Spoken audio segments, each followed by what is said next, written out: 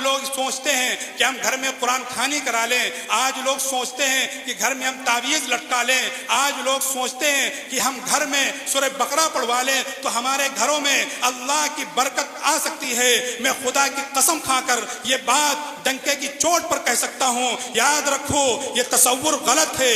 جس گھر میں قرآن کی تلاوت نہ ہو، جس گھر میں کوئی نماز پڑھنے والا نہ ہو، جس گھر میں پکچریں دیکھی جاتی ہو، جس گھر میں سیریل دیکھے جاتے ہوں، جس گھر میں ناچ دیکھا جاتا ہو، جس گھر میں ننگی تصویریں لگی ہوں، اس گھر میں آپ ایک قرآن خوانی نہیں، دو قرآن خوانی نہیں، روزانہ قرآن خوانی کرائیں۔ اس میں ایک تعویذ نہیں، دو تعویذ نہیں، پورا گھر تعویذوں سے ڈھا دیجئے، لیکن اس کے باوجود خدا کی قسم ہمارے گھروں میں برکت نہیں آ سکتی۔ برکت تعویذ سے نہیں آتی، برکت آتی ہے تو نماز پڑھنے سے آتی ہے، گھروں میں برکت آتی ہے تو اللہ کا ذکر کرنے سے آتی ہے، گھروں میں اللہ کی رحمتوں کا نزول اگر ہوتا ہے تو دینی ماحول سے ہوتا ہے۔ اگر ہم یہ سمجھتے ہیں کہ صرف تعویذ لٹکا لینے سے اور قرآن خوانی کرا لینے سے ہمارا گھر منور ہو جائے گا، بابرکت ہو جائے گا، تو یہ بھول ہے، دھوکہ ہے، اس کے علاوہ کچھ نہیں ہے۔ اگر ہم یہ چاہتے ہیں کہ ہمارے گھر میں اللہ کی رحمت نازل ہو، اللہ کی برکت نازل ہو، تو ہمیں یہ کام کرنا ہوگا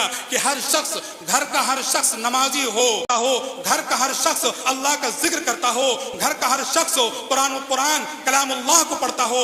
جو یہ پڑھ رہا ہے وہ قرآن خوانی کرائے یا نہ کرائے، گھر میں تعویذ لٹکائے یا نہ لٹکائے، اللہ کی رحمت کا نزول انشاءاللہ ہوگا۔ لیکن جو یہ نہیں کرتا ہے وہ بھول جائے اللہ کی رحمت کو، تصویر لگانے والا بھول جائے۔ جہاں تصویر ہوتی ہیں، جہاں ناچ گانے ہوتے ہیں، جہاں اللہ کی نافرمانی کی جاتی ہے، وہاں رحمت کے فرشتے نازل نہیں ہوتے۔ پتہ نہیں یہ تصور کہاں سے آ گیا۔ لوگوں نے یہ سمجھ لیا ہے کہ جب کچھ ان کو پریشانی ہوتی ہے انہیں دوڑنا چاہیے مسجد کی طرف، انہیں دوڑنا چاہیے نماز کی طرف، اللہ سے مانگنا چاہیے، لیکن جب پریشانی آتی ہے تو کہیں اور بھاگ جاتے ہیں۔ یہ تعلیم سے دوری، دینی بیداری نہ ہونے کی وجہ سے، مدرسے اور مساجد اور علماء سے دوری کی وجہ سے یہ ساری چیزیں پیش آ رہی ہیں۔ اس لیے جب تک ہم مسجد سے جڑے رہیں گے، مدرسوں سے جڑے رہیں گے، تو اس طرح کی خرافات، رسومات، بدعات سے ہم اپنے آپ کو بچائیں گے۔ اس لیے کوشش کیجئے کہ ہم اپنے گھروں کو ان تمام چیزوں سے پاک کریں،